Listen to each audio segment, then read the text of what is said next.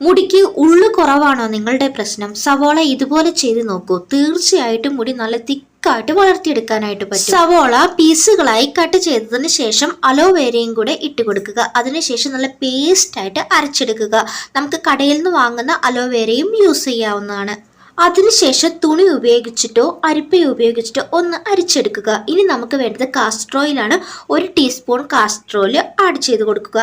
ഇനി നമുക്ക് ആവശ്യമായത് വെളിച്ചെണ്ണയാണ്. വെളിച്ചെണ്ണയും 1 ടീസ്പൂൺ ആണ് കേട്ടോ ഞാൻ എടുത്തിരിക്കുന്നത്.